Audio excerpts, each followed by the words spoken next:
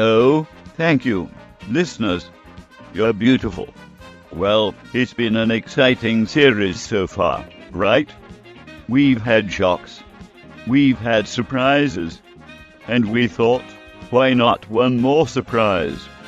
Will you please help me welcome in our next show?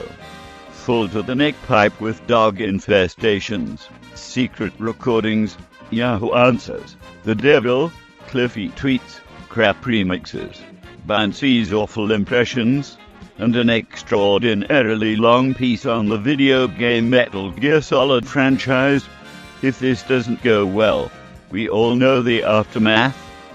Grieving parents, orphaned children, and a nation shocked to its very core. Well, here it is, ready to pay the price for our home audience. For one night only. We are the Lolocaust.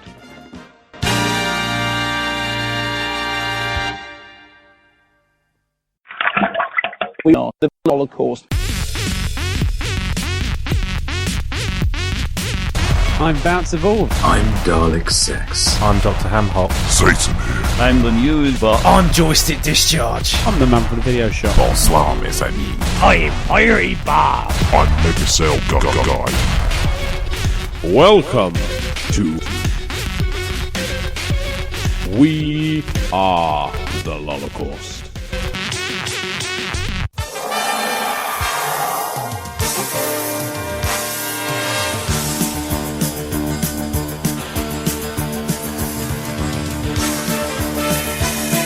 Good evening, gentlemen. Oh, hello. Hi. How are you? I'm okay. I've got omnidirectional microphone on this evening. Sounds nice from here. Considering you're coming across the Atlantic. Yeah, well, if you don't have sex for 6 months, then you will be able to come across the Atlantic. Hi-oh!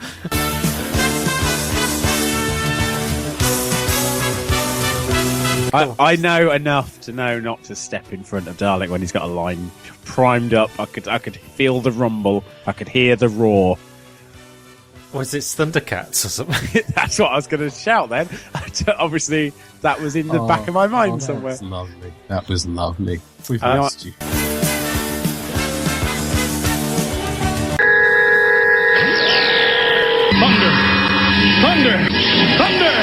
Thundercat!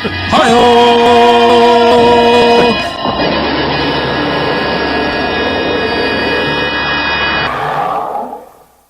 This is the news.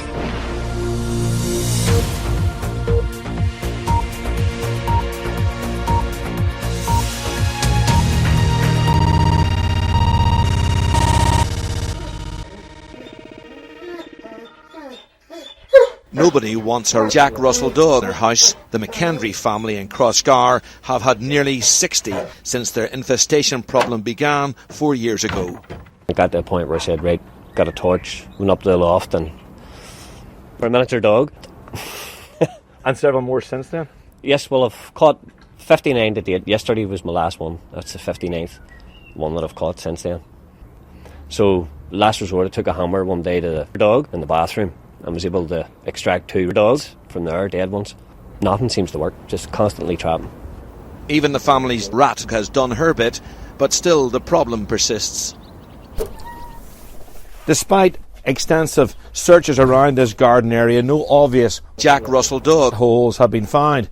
This was built over 10 years ago on top of the existing sewer manhole covers, and it's thought that perhaps that is how the Jack Russell dogs are actually getting in, accessing the cavity walls of the house and going up flue pipes into the attic.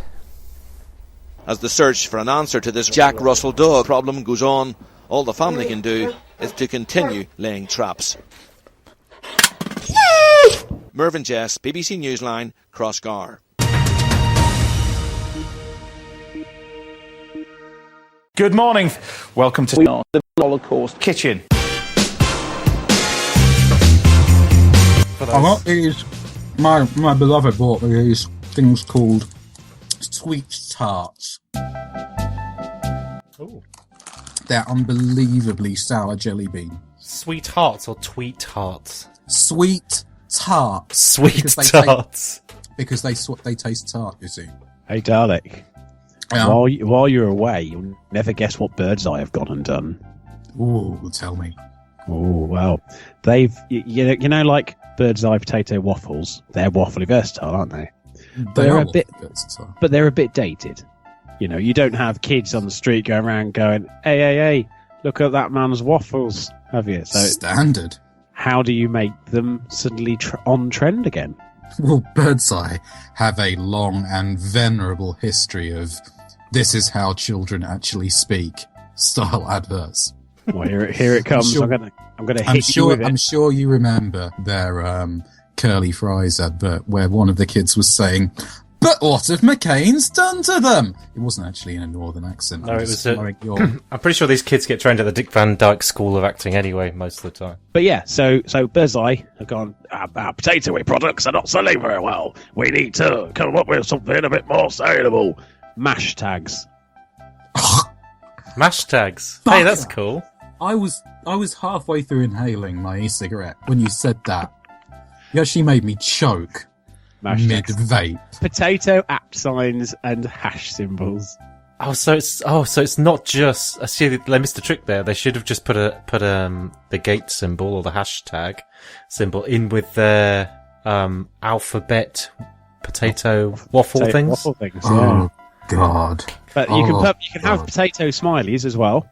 So you can effectively buy the 3 products and then do a potato-based tweet. Mash tags.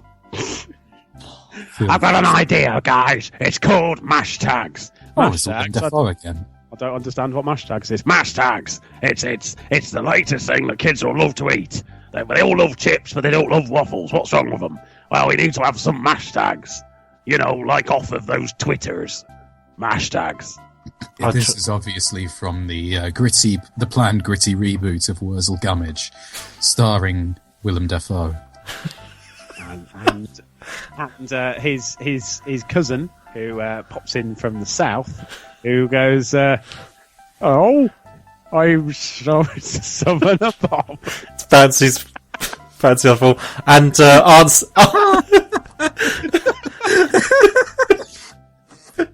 We'll put this bit in at the end of the show. But it'll be perfect. I was actually easy for you to say. Easy for you to say. Thinking every Lolocaust to say.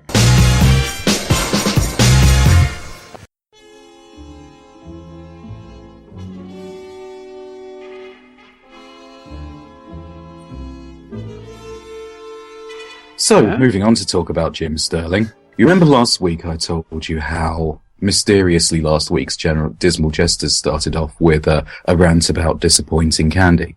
Yes. Well, this week it started off with a joke about Cliffy B acting like a mentally simple man-child. I keep telling you, you won't listen to me. He's a fucking moron who listens to our show and steals shit. It's all he does. The fat twat. And he claims he never knows who I am or who we are. But he fucking does. And I swear, he moved to America. He said, if we ever meet an event, yeah, you can feel free to square it to me, whatever you want. I said, I'll throw a pork pie in his face. And then what did he do? He moved to America, the big fat git. One day, we're going to be in the same room, and I'm going to just tear his eyelids off. It's gonna be like the Scooby-Doo WrestleMania mystery, only with his real face instead of a mask. I'm quite disappointed that they're not stealing any of my amazing features from the last 2 series. No one wants to steal your features, Hog. No. Not even Nicolas Cage in Face Off. Not even that cannibal zombie guy who ate someone's face. He wouldn't want your features. He'd go, no, I'd rather have a Happy Meal and just walk away. Even Simon Weston doesn't want your features. Even Mason Verger. Yeah, keep going. Even Sloth from the Goonies doesn't want your features. Oh dear. I stayed up for this abuse. Adrian Edmondson might want his features back. I've called him and I want my features back. So, back to remixes. Put it in. We had a couple of messages last week saying that we should do a Ryu in a Mad Stuntman remix. Obviously, we don't pander to our listeners on this show, not in the slightest. Put it in your mix. I'm waiting patiently, hoping that I can be in your mix. You're like the Jaguar skills of podcasting.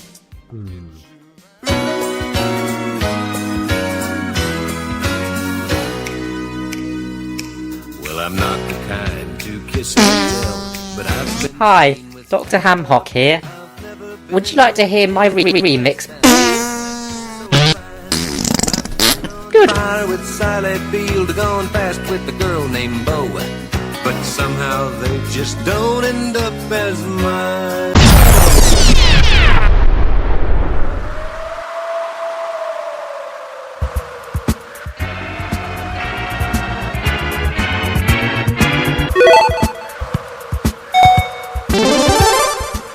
I like to move it, move it. I like to move it, move it. I like to move it, move it. You like to... Perfect. Final round. Fight. I like to move it, move it. I like to move it, move it. I like to move it, move it. Shoryuken. I like to move it, move it. I like to move Perfect. it, move it. 1, I like 2, to 3, move it, 4. move it. Dr. Mike, You like to move it. I like to move it, move it. I like to move it, move it. I like to move it, move it. You like to move it.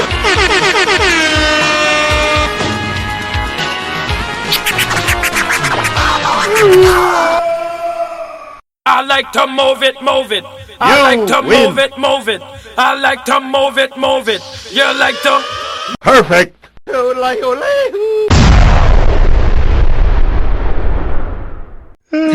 So I was gonna knock the Cliffy tweets on the head, but I thought, what the fuck? If we're gonna get that nicked by Jim Sterling, we may as well continue as we've started.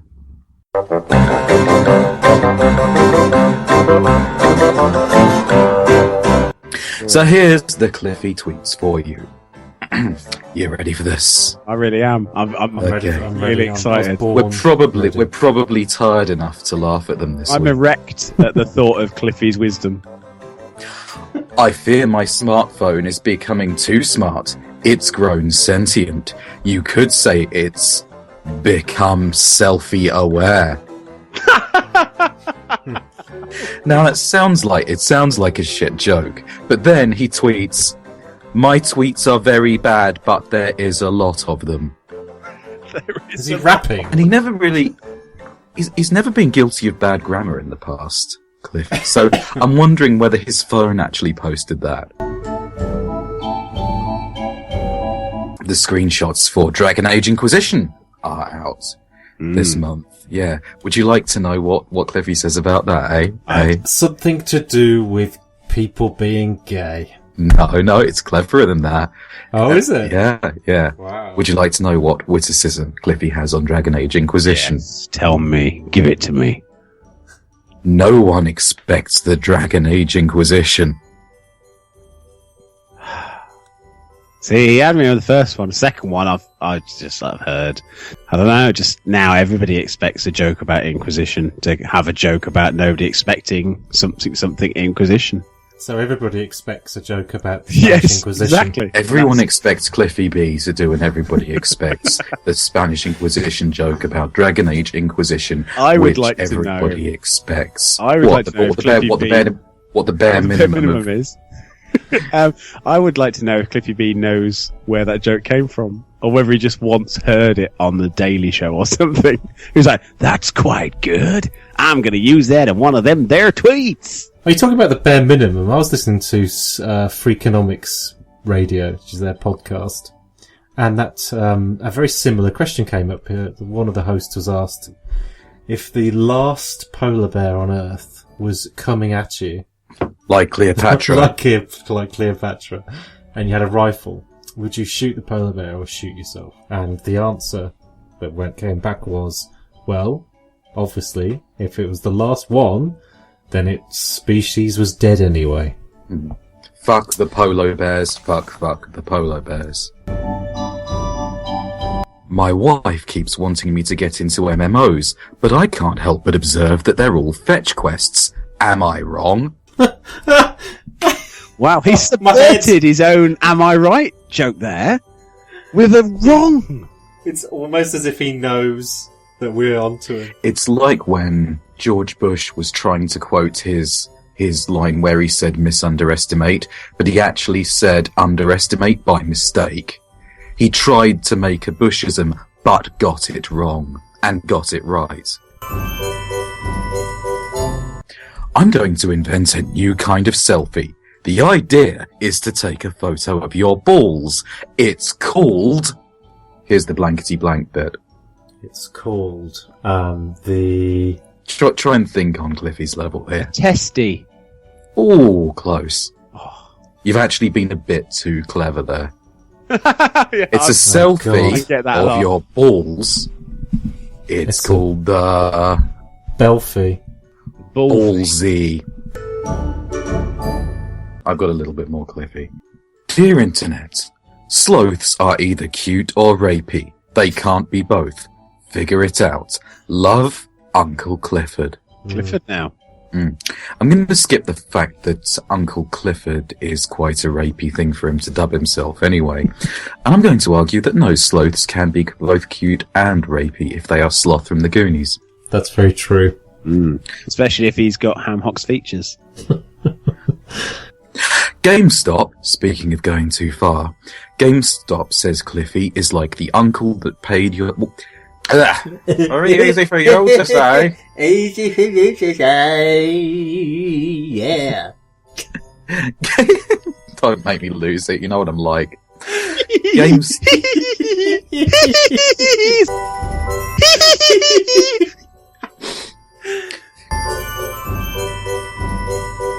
GameStop, says Cliffy, is like the uncle that paid your way through college because he sexually molested you. What? That makes sense. It doesn't make any sense. It doesn't make sense at 1:10 in the morning. I'm not even drinking.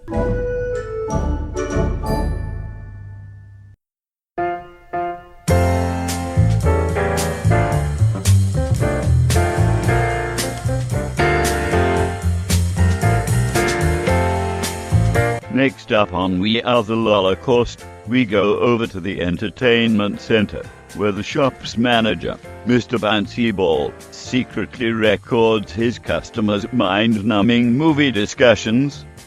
All for your listening pleasure.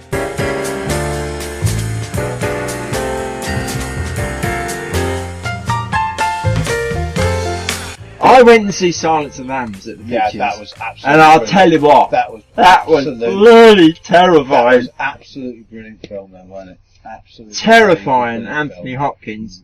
Because you didn't know what was coming, did you? Film. My brother It was though, wasn't it? My brother It's a hated terrifying it. And then film. they put Hannibal as sequel, then they put three of them, didn't they? They got Hannibal. Yeah, that one. Red Dragon. Red Dragon, you had Hannibal Rising. Oh, Manhunt, a prequel. Manhunt. Manhunt. Well, Manhunt Thor. was also Red Dragon, they're the same film, but one had Brian Cox as Hannibal Lecter, the other had Anthony Hopkins. Oh, was there any difference? Didn't know that. Yeah, so yeah, basically it was Manhunt, Red Dragon. I thought it was totally different. Do you think I've never seen Anthony Red Dragon, Hopkins... though. I've seen Manhunt, but not Red Yeah, Dragon. exactly the same story, based on the same book, but they just Do basically you think changed Anthony Hopkins is a good actor? Oh, yeah.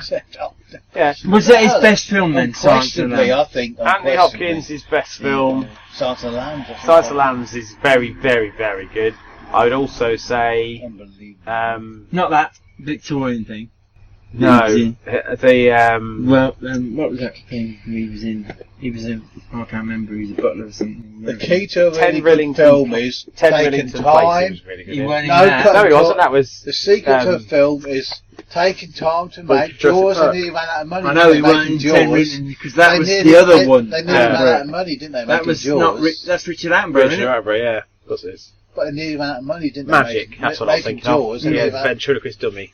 I'll tell you what, I was talking the other day about evil men, but I'll tell you what, some of these men were evil, but they were pretty bloody clever, weren't they? Do you remember that Shipton, that doctor? Oh, killed Look at all them people he killed. For years he was killing them, wasn't he? And he got away with it. Well, in my book, that's pretty clever, isn't it? Yeah. Isn't it? And he got money out of it. What? So, and he got lots of money out of it as well. He Did he? got into their wills and things as well, yeah. So he befriended them, and then... He had the most trust of a doctor, like a doctor has. Yeah. I mean, you trust your doctor with your life, really, don't you, to be truthful? I mean, you don't expect your doctor to molest you or do anything stupid like that. Mr. Carter's friend here was Dr. Morgan, but he died when he retired, didn't he? I don't know how it happened. Somebody said he was cutting the lawn, and the twig flew up from the mower and stuck in his head. That's not that true, though. There was a program a little while ago about all the serial killers, American serial killers. Even worse than that, really. Oh, morning, Entertainment Centre, Nathan speaking.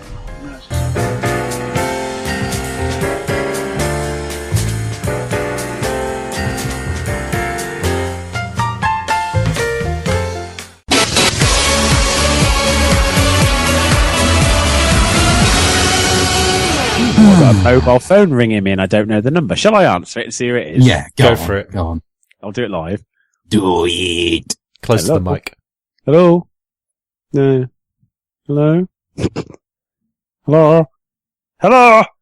This is giving me a grayed out picture of a man. Hello? Hello? Bonjour. No. No. Radio Gold. So are we recording an episode of the Adam Ruckins show? Hello? Hello?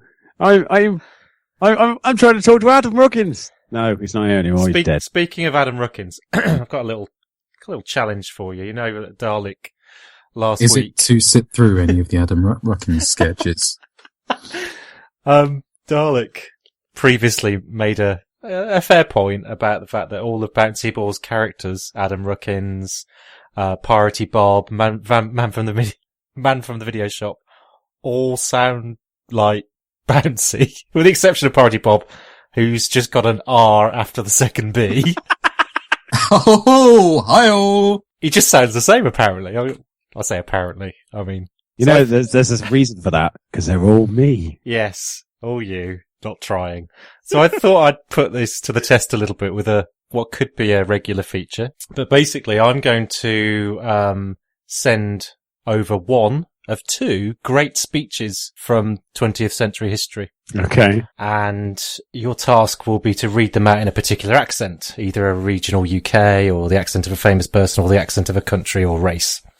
But you won't. This is going to end well. But you don't get to choose, because the only person who's qualified enough to critique anyone on the spoken word is Mr. Dalek Sexes. He used to teach the Japanese how to speak English. Can you read them in the voice of a cunt? Because he might find that a bit easier. First of all, we'll start with the speeches. We've got one of two to choose from. The first one is Winston Churchill's famous "We Shall Fight on the Beaches." The second speech is Ronald Reagan's address to the nation on the Challenger, which followed the Challenger disaster. Firstly, which would you like me to send over to Mr. Bouncy Bahal? I should like the Churchill jobby. What would his accent of preference be? I should like to hear him read it in the style of Robbie Williams with an exaggerated Potter accent, which makes him sound like even more of a buffoon. Is Robbie Williams Manchester? No. Stoke-on-Trent. That's near it, isn't it? Vile accent. It sounds. I don't know what Robbie Williams sounds like. So this is going to be interesting. Have you seen the Hotels for You advert?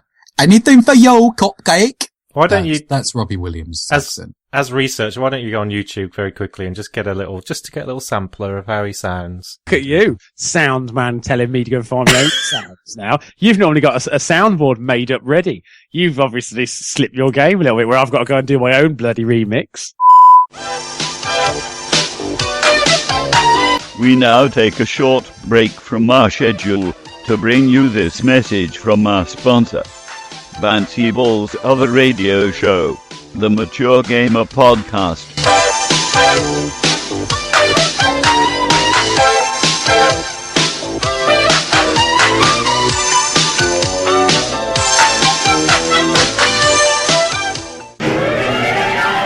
It's time for Megalomaniacs, and we're middle-aged and fat. So sit back and relax while we talk a load of cack on Megalomaniacs. Now Kevin is the show host, he likes acting like a knob. He shuts down Steve and Bouncy never they open their gob. He locks down conversation whenever he gets bored. The format is the same each week and now you know the plot. We're megalomaniacs. Hosting ain't cheap and them's the facts. Click the affiliate then thanks. Amazon doesn't get taxed. We're megalomaniacs. Meet Anna, who's a girl upon whom everybody dotes. She dogs a little fellow who consistently wears goats. They have a strange obsession with pics of stoats and goats. The planning's shit, there is no script except for Bouncy's notes. We're megalomaniacs. Do not ask for a contract. We're middle-aged and fat, and we talk a load of cack. We're megalomani, microphone is grainy. Adjust the gainy, megalomaniacs. Give Kev a slap. So I have had a little look at Robbie Williams because I've not really heard him talk, to be honest with you.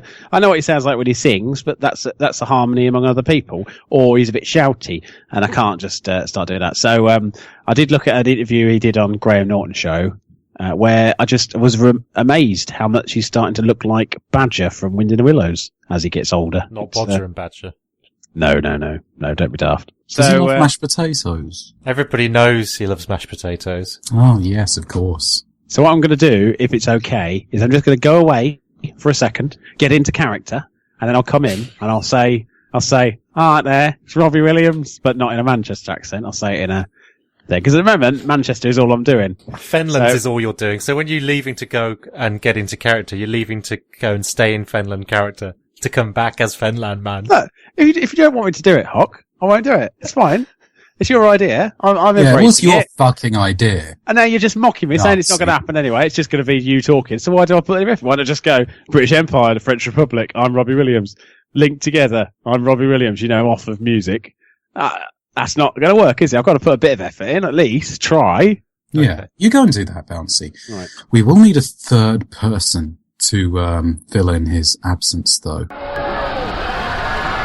We can reduce my voice's pitch by 25% in Audacity later, and then Dr. Hamhock can edit this bit where I'm saying it out. Blimey, where did he come from? Hello, Lolocaust, I'm Satan. I've got to say, you boys really did me proud last week with the coverage of the Peaches Geldof story. It made me almost want to forgive you for escaping me back in Season 2, which by the way did happen and is canon. Anyway, I'm a big believer in giving something back to evil, so here's my top 5 Peaches Geldof jokes. Number 5, Peaches Geldof is dead. Do you think she'll be buried, cremated, or tinned? Number 4, I'm sending a sympathy card to Bob Geldof. How many E's in Peaches? And number 3, I'm sick of seeing Bob Geldof crying on the news. Why doesn't he grow a pair? No? I'm trying to laugh. I've actually got my hand over my mouth. I like the devil we see. It's just interesting hearing you, you're in the flesh devil. That's what I was meant to say. It's interesting. You just popping up out of the ether and gracing us with your presence, oh Lord of the underworld. And number 2, poor Bob Geldof, only 14 years since his wife died, now he's gotta have another bath. And at number 1, what's pink and smells of peaches? A police coroner's penis. Thank you very much for popping in. Too I was going to ask you to say that then. I'm sure we can edit that into something serviceable. I'm sure we can, yeah. If you want the background sound effects I put in, it's on YouTube called The Real Sounds of Hell. I think, do you know what? I think I've used it before. I recognised it in the background. I used it for when we opened up the gates of hell in season 3. Stop your kvetching, you don't schlemiel. Is that Scottish again? Can we just finish on 100 words of Robbie Williams? Okay. Well, it's not going to be very good because it's not really a regional dialect. Because it's you just reading a person. It. Yeah, that's a thing. So hang on. So right, I'm going to just crank up the Robbie. Let's go. Right, here we go. Okay. We shall go on to the end. We shall fight in France. We shall fight on the seas, the oceans. We shall fight on the growing confidence, the growing strength in the air, and we shall defend our island, whatever the cost may be. We shall fight on the beaches. We shall fight on the landing grounds. We shall fight in the fields, in the streets. We shall fight on the hills. We shall never surrender. And even if would carry on the struggle until in God's good time, the new world, with all its power and might, steps forth to the rescue and liberation of the old. My new album's out on Tuesday. Thank you. Thanks to Bruce Forsyth mixed with pitch shift Frank Skinner there. I loved it. But did it sound like me? Just say no. Join us next week for more. What's it called? Anyone? The many voice of Bountiful. Awful. Just awful. Oh dear.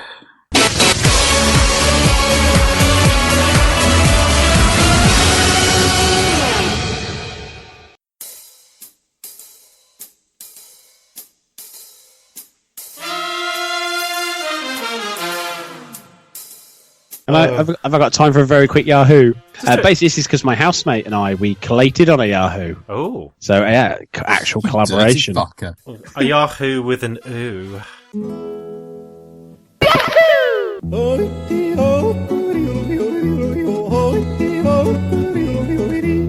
Yeah, well, basically, it all came about because You my only housemate... get an ooh with Yahoo. So my housemate went away for a few days, and while she was away, I went a little bit crazy. Slamming the lamb. She came back. I spent an entire evening just chatting, just getting used to it all. She said that You can't earlier do in the better day, than beef. someone had This asked is her, Rollback Thursdays. someone had asked her if she wanted to be a duck for the day, and she gave it serious consideration. So we typed into Yahoo about it's about duck rape, because she didn't believe me that ducks that predominantly rape other ducks and they sometimes drown them. And she didn't believe me, so I showed her. And then she hadn't seen our Yahoo answers, so I went, oh, well, Hashtag duck for a day. you have to understand. Yahoo! Hashtag fuck a duck.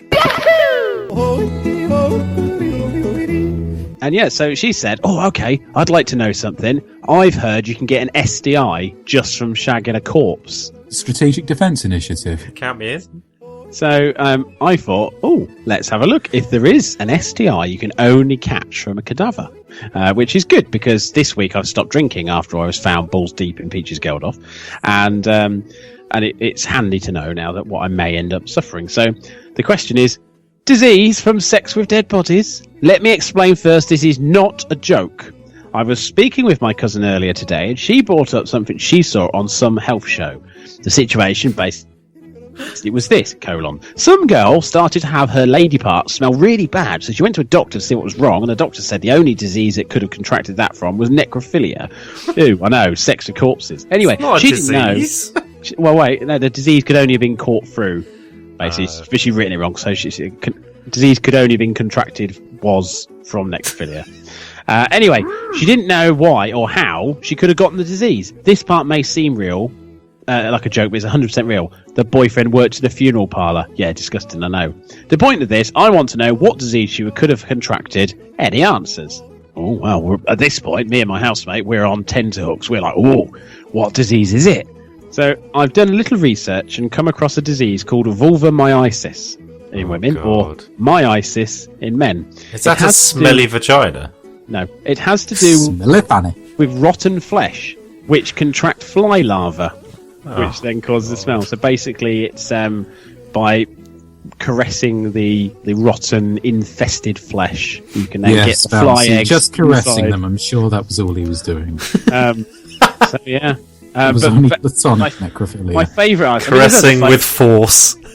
It says like myiasis. Being a necrophiliac is more problematic than it's worth, to be honest. Not only do you have the urban legends, but also the social stigma and legal consequences. Remember, a corpse cannot consent. This is definitely an episode of the Adam Ruckin Show, isn't it? No, I think this deserves a Sonic Says.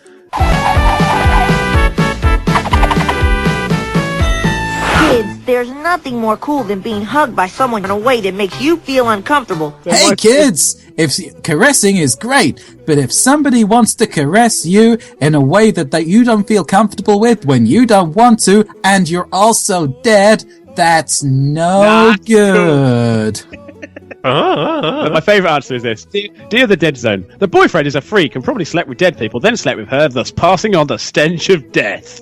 There are sick people in the world. The end. What do you think about that, Skeletor? Thank you. I think I just won't kill it. Does masturbation count as high-intensity interval training? I think it's stopping me getting fat. Dalek does it for 22.3 minutes. And I've still got a beer gut, so no. For just one very slender arm. A one that looks like Popeye. I went for 2.5 hours last week. Really? Yeah. Why? It's like, for a start. Because I was looking for something that interested me. It's sort of like... It's sort of like a background activity for me. Like I sort of like cue the action, like I'm The Sims. Like comfort blanket. Comfort blanket. That's nice. Too much information, but that's nice.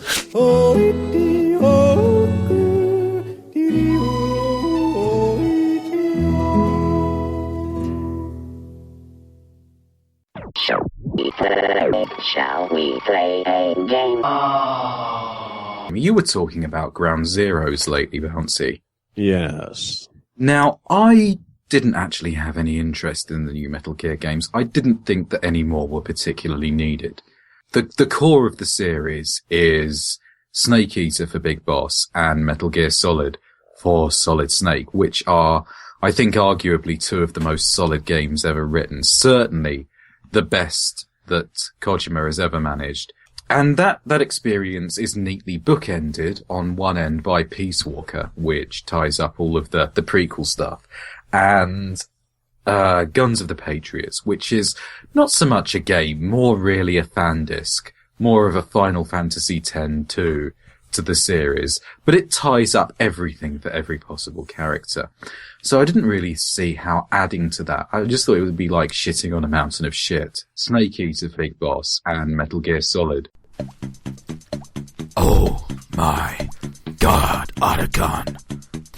Metal Gear. Metal Gear. Metal Gear. You're talking about Metal Gear. I like Big Boss and I cannot lie.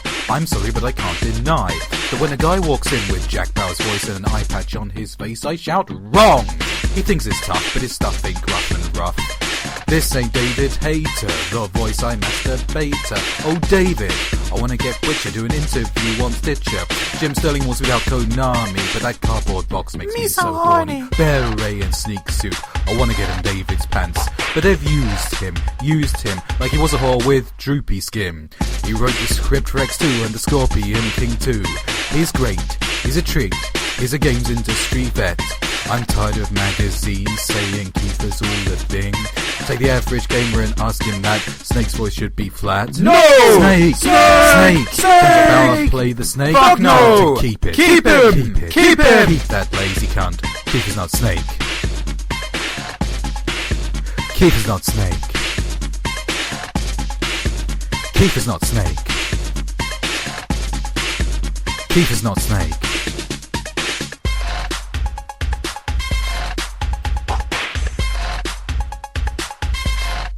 Alright. But I hear that the new Metal Gear content is proper dark. I hear that children get their feet nailed to the floor. And this intrigues me, because the thing about Hideo Kojima, he sounds off about an awful lot of significant issues, but he has, to be charitable, a first-year politics student's view of the universe. I've always thought of him very much as the Mr. Mackey from South Park of video games.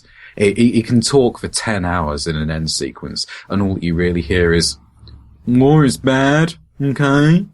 So it's gonna be really, really interesting to see whether he can actually pull off some properly dark shit. How about I stream it on Twitch and then you can watch me playing it terribly while screaming in my ear? And I suggest that you bust precisely such a move. That wasn't the move. Productionvalues.com. Yeah. Just Take one that. question though. In the game, there's a guy called Skullface, and I'm guessing he's a new villain to the Metal Gear world. Is that no, correct? he's a character in the 3D Street Fighter game. Isn't he from Captain America? No. I watched that the other day with Kells. I thought we'd catch it before the new one came out. That's probably still my favourite Marvel film. Oh no, Thor for me. The scene where he goes into a pet shop and asks for something large enough to ride. That's just gold. It's got that Indiana Jones feel to it, that kind of old school Nazis. That is exactly what I thought. I watched it. This is more Indiana Jones, only with no fridges. And a smiling red face, which is just a smiling red-faced Agent Smith V. It's like Steve from The Mature Gamer. Yeah, I hate Hugo Weaving. I wish he would die. What's to hate about Hugo Weaving? Let me find the reason. You carry on talking to us, and I'll Find the explain reason. why. I don't know why. I know what the reason is, but He hasn't got any. He's got to look them up on the internet because his own opinions are worthless. He said something about voicing Megatron on Transformers, and it just made me really hate him because it showed him in a different light. We'll give you a minute to regurgitate other people's opinions and pretend that they are your own. No, this is my opinion on him saying what he said. This is not somebody else saying he said it. This is him saying a statement, and I disagree with the statement massively. He was asked about how much fun he had making Transformers. Now, admittedly, it's a Michael Bay film. He doesn't need to, really enjoy it that much. He said he hated working on Captain America. Doesn't ever want to do it again. Fucking arse. Which, you'd expect. Sounds like my experience of this podcast. But yeah, so this is the line that he did. As the voice of Megatron, has Michael Bay called about the next Transformers movie yet? And he went, no. It's a weird job for me because honestly it was a 2-hour voice job initially. I was doing a play. I didn't have time anyway. It was one of the only things I've ever done where I had no knowledge of it. I didn't care about it. I didn't think about it. They wanted me to do it. In one way, I regret that bit. I don't regret doing it. But I very rarely do something if it's meaningless. And it was meaningless to me, honestly. I don't mean that in a nasty way. It was a 2-hour voice job while I was doing other things. Of course, it's a massive film. It's made masses of money. Just happened to be the voice of one of the most iconic villainous characters. My link to that and to Michael Bay is minimal. I've never met him. I was never on set. I did see his face on Skype. I know nothing about him. Never read a script. I just have my lines. It's absolutely pathetic. It's like, oh, great. So you don't like people who tell the truth? No, I don't like people that You must hate me then. piles of money to appear in films that they just clearly have disdain for. However, there is a balance to it. You'd rather him not pay his mortgage on his mansion. I don't give a shit. He lives in Australia. He could live in a fucking shed and it would still be a step up from the average accommodation. This week it was would have been Alec Guinness's 100th birthday. Now, he kind of, as far as I'm concerned, he is allowed to complain about things because, he's an older guy. And he's famous for hating Star Wars. He never liked it. He always thought it was massively beneath him. And you have to remember, he was an actor, Bridge on the River Kwai. He'd done The Lady Killers, he'd done Kind Hearts and Coronets. He was a phenomenal actor. Kind Hearts and Coronets is one of my favourite movies. Yeah. And he is astonishingly good in that, being able to play the range of characters he plays. 8 characters he plays, yeah. I think. Wow. Yeah, which is including women as well, which is, and ultimately he was the second most famous star in Star Wars. She fell to earth in Berkeley Square. He's a beautiful, beautiful man, who this week, obviously because it would have been his 100th birthday, the internet took to its feet and thought, let's pay tribute to Alec Guinness the best way we can. And so it wasn't complaining about him. Well, not necessarily complaining, but basically just highlighting a letter he wrote while filming Star Wars, which is immensely the most British thing I have ever read. And that includes the works of Nigel Farage. This is Alec Guinness writing to Anne Kaufman on April the 19th, 1976. I won't do the voice. I'll try and do the voice. I have been offered I can't say I am enjoying the film. New rubbish dialogue reaches me every other day on wadges of pink paper, and none of it makes my character clear or even bearable. I just think thankfully of the lovely bread, which will keep me going until next April, even if Yahoo collapses in a week. I must off to the studio and work with a dwarf. Very sweet, and he has to wash in a bidet. And your fellow countrymen, Mark Hamill and Tennyson? That can't be right. Ford? Ellison? No, Harrison Ford. Have you ever heard of him? Well, he's a rangy, languid young man who's probably intelligent and amusing, but oh, God, they make me feel 90 and treat me as if I was 106. Love, Alec. And I just thought, he just cared about the bread. And you've also turned Sir Alec Guinness, into some sort of kind of crazy retrospective gay icon with that impression. Well done. Gay icon. Oh, He was very much the Ian McKellen of his era. The scenes of his shirt off in Bridge on River Kwai, that would have turned many a Japanese prisoner of war to the dark side of the Force. I think by that point, most Japanese prisoners of war had already turned to the brown side of the Force, so I wouldn't worry too much about that.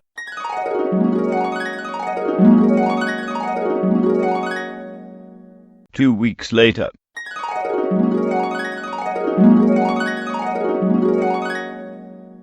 I have now sat through the entirety of Ground Zeroes. Now, be ye fairly warned, fair listeners, of spoilers. Though, if you're worried about being spoiled for something that lasts 10 minutes, then well, fuck you, basically. It's set sometime after Peace Walker, and it surrounds Chico and Paz, the child characters from Peace Walker, who are a little bit older now, say adolescent, possibly pre-teen. Paz, by the way, I will remind you both, is played by Tara Strong, aka the woman who is in everything, aka Juliet from Lollipop Chainsaw and Twilight Sparkle from My Little Pony. Paz gets nicked by the new villain who is trying to drag Zero and Big Boss out into the open. Chico goes to rescue Paz, but he gets captured too. Now first, Chico and Paz get tortured. A lot. Then Chico is made to rape Paz at gunpoint. Then Chico is told that they will be let go if he can get Paz to talk, so he tortures Paz for a bit, while crying and begging her to talk and saying that he's only doing it for her own good. So that's not at all uncomfortable to listen to. Then Paz is opened up and a bomb placed inside her to kill Big Boss. The surgeon makes it clear that several of her internal organs have been removed to make room for the bomb and that she will not live longer than 24 hours. Once the bomb has been inserted, the villain says, with his voice dripping with suggestion, "Now for the second package, put it where they won't look." And then there's a noise. Is it the same noise that appears when you mention Davros's crumb tray? It's a bit like a big spoonful of trifle being taken out of a trifle. Oh God, is this true? This is absolutely true. Is this true? I'm going along with it. I'm not challenging it because I can honestly say I'm that flabbergasted. I was supposed to play this week and chuck it all on YouTube for Dalek to watch me playing it, and then he beat me to it. And the first thing that somebody said to me when I said I was going to play it was, "Oh, it's gone a bit far." And I thought, I'll wait to see what Dalek's got to say about this. So carry on. Now, this all happens in tapes that you find as secrets during the game. If you come to the game cold, then the game basically starts now, and Big Boss goes in to rescue Chico and Paz. He finds Chico in a cell. He can't move him because it appears that he has nails through his Achilles tendons. So he has to pick him up and carry him. Then he goes back in to rescue Paz. He does that. They get Paz onto a helicopter, and they notice the bloody great incision on her abdomen.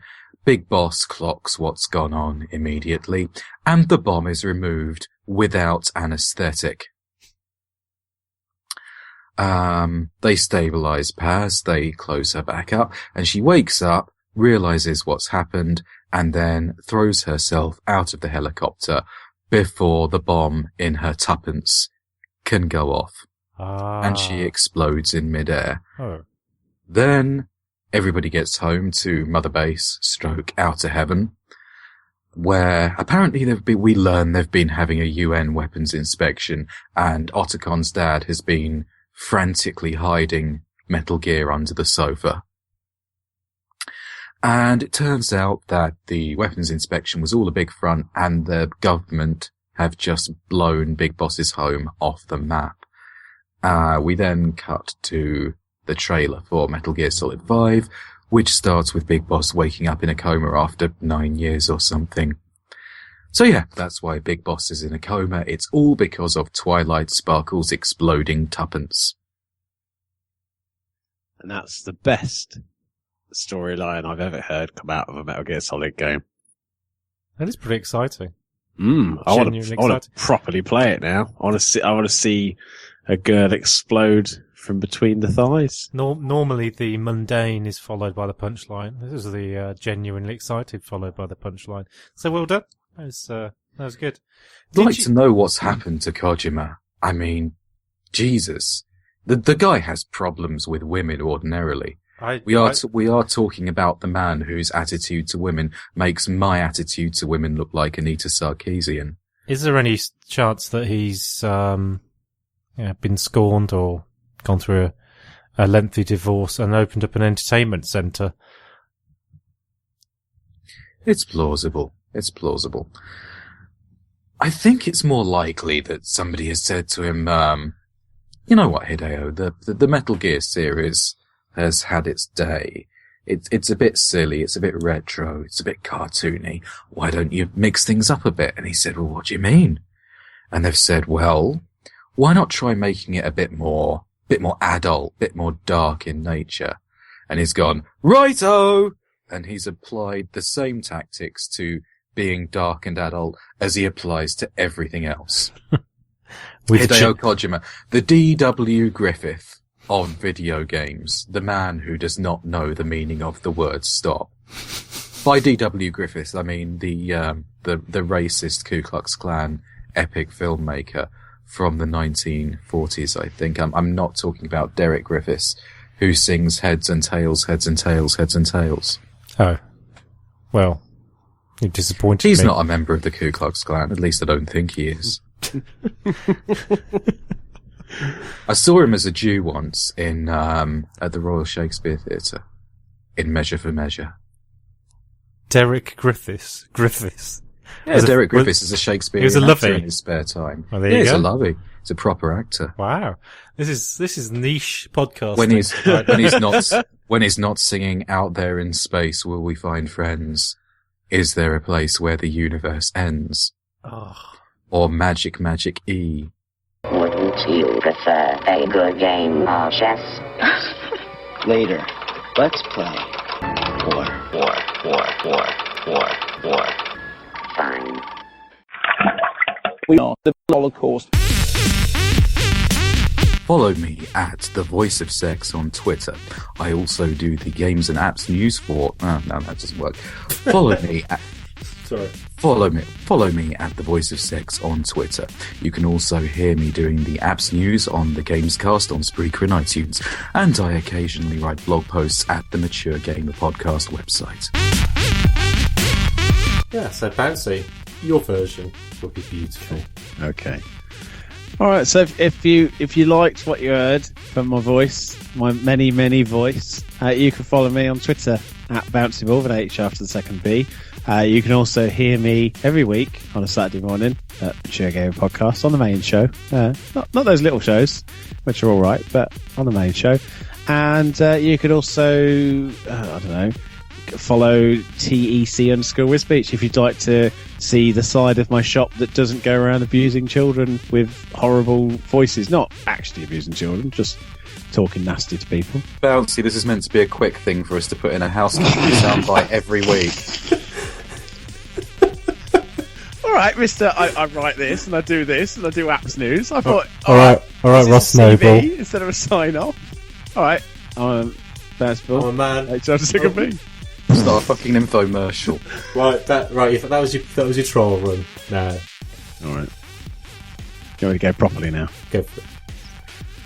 If you want to follow me, I'm on Twitter at BouncyBall with an H after the second B. And you can also catch him I don't think it's even going to give Kevin and Steve the right. I need a slash. Hey, Hawk.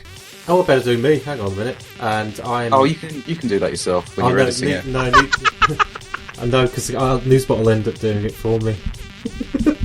And I'm Dr. Hamhock. You can follow me on Twitter at Dr. That's Dr. Hamhock. And you can find me retching in a bin on a Saturday morning.